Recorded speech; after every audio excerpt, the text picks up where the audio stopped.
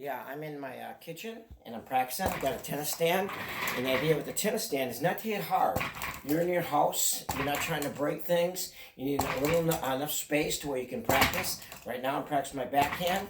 And if I want to use the two hands, I just add an extra hand. So I encourage you not only to use one hand in your backhand, I encourage you to practice two hands. So one hand backhand and a two-handed backhand. There's many times that you're going to have to let go of the racket for a low ball and you have to use one hand. I encourage you to put that knuckle on top. That knuckle should be on top. There's 8 bevels around, and so knuckles on top. You can see this very clearly on this racket. There's these bevels. There's 8 of them going around. You want that knuckle right on top for your backhand grip, and that way it's like it gives you a lot more strength, and you can try that.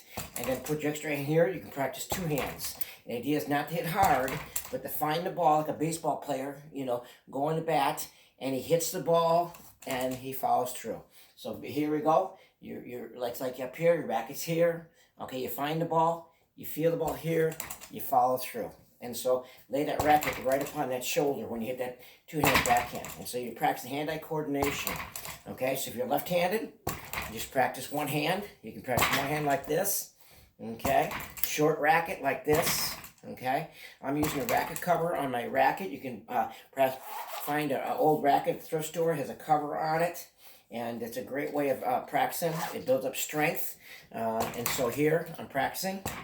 Okay, if I took it off, it would look like this now. Okay, the racket is I practice. And the idea is not to hit hard, but find the ball. Okay, and so I just take my racket and I finish up here. So the cap is pointing up here like there. So here we go. Practice 1, 2, 3, 4, 5, 6, 7. Perhaps put some music on. It's kind of fun. If I want to practice my backhand, I come in this side, and my tip I would give is if you're using a two-hand backhand, get that knuckle on top. I see too many people, too many kids, they're like this. They don't have enough strength here.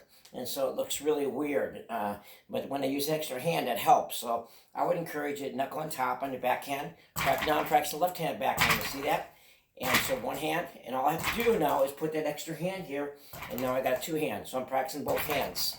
And so if you're left-handed and you're practicing your backhand, then what I would encourage you to do, which many pros do, is they'll practice with their hand, their right hand. And the reason they do that is they want to build up the strength on the right hand here. And so you're left-handed, okay? So practice your two hand like this. Then let go of your left arm and just practice right arm and get used to building up both sides of the body. It's very important. And so you're practicing hand-eye coordination, remember? And so when I use two hands, I finish up on this side. So I'm hitting the left-handed backhand like that. And now if I use two hands on a left-handed backhand, I finish up here, okay? And so you can see the cap up here. And so here we go. 1. Now do 7. 2, 3, 4, 5, 6, 7. And then I go on this side and practice my left-hand forehand. 1, 2, 3, 4, 5, 6, 7. And perhaps you can put some music on. I like to listen to Chariots of Fire. I forget the name of the theme song of Chariots of Fire. It's really cool music. Maybe Rocky song or something, motivation music as you do it. 2, 3, 4, 5, 6, 7. And then if you have enough time, enough space, what you can do is you can hit the ball, run around it like this. You get some exercise, and just hit the ball, run around it, so you're working on your footwork, move around. That's another good practice drill. And so create your own little practice drills, but find enough space and you're safe. This is not designed to hit real hard, okay? It's designed for hand-eye coordination. Okay, we're not trying to knock the ball off the spring. You're trying to practice hand-eye coordination. I'm doing this in my kitchen, and we have a small house, and we're remodeling right now. I'm doing some work here and there, and so I encourage you to practice. And then now, so I'm doing left-handed. Now I'm going to do right-handed. I'm practice right-handed, and so I can practice a right-handed backhand this side. Okay, and so I hope this is helpful. I can do long racket like this. Long racket, I call it. Short racket, even shorter. I'll put my finger right through here and practice.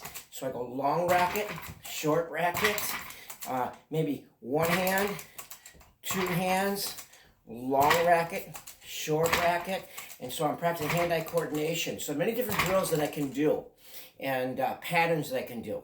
And so it's like a punching bag. You practice in a punching bag, and you get a speed bag, and you get quicker. Here I'm practicing the same way. I'm practicing 1, 2, 3, 4, 5, 6, 7. And so this is basically just hitting through the ball, okay?